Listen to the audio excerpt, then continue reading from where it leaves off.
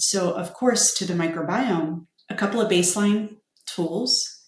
So our microbiome, number one, requires fibers in order to create all of the neurotransmitters, our digestion, our BDNF for our brain, in order to create short chain fatty acids. So all of the things that we need to survive and thrive requires different vegetable fibers. So you can buy them. You can buy mixed powders, that's certainly available. There's also the idea of this is becoming much more popular. I've heard it on a couple podcasts lately, this idea of what's called the microbiome mashup. And they call it different things. Some people say take 20, 30 vegetables, but basically you can find it on YouTube, and you take the kids to the farmer's market, take your friend to the farmer's market, you buy a bunch of weird looking things you've never tried before, because our microbiome thrives on diversity, just like we do, right? The brain loves novelty, so does our gut.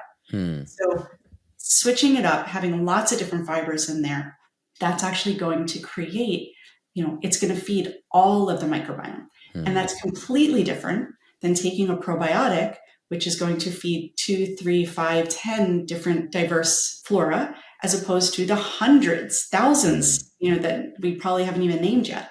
Yeah. I think what I love what you first said is kind of in a way meeting, and this is so unique, and that's why I don't think it's one size fits all, but it's kind of meeting the person where they are. Like, what's the easiest entry point? And I love that, because everyone is going to have a different entry point. They have a different starting point.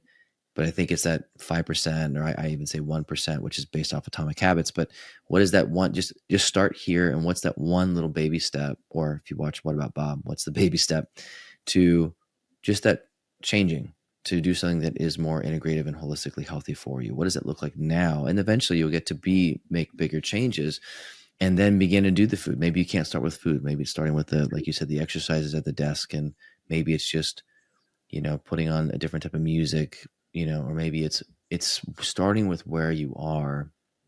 And I think it's so important, because it's not shaming. It's not like I'm beating myself up because I didn't do it, because I think that's such a common thing, that especially if someone's already under chronic stress, that they might want to tackle too much, and then they don't, and then they get stuck in that shame spiral. And then I'm sure that influences the gut more with the stress hormones being released, right, and they kind of stay stuck. So I love that invitation to just what is the easiest entry point to begin this process, and not where you think you should be or what you see someone else doing, but where are you right now? What is that first little step to begin the process? Because that's going to be most beneficial for you.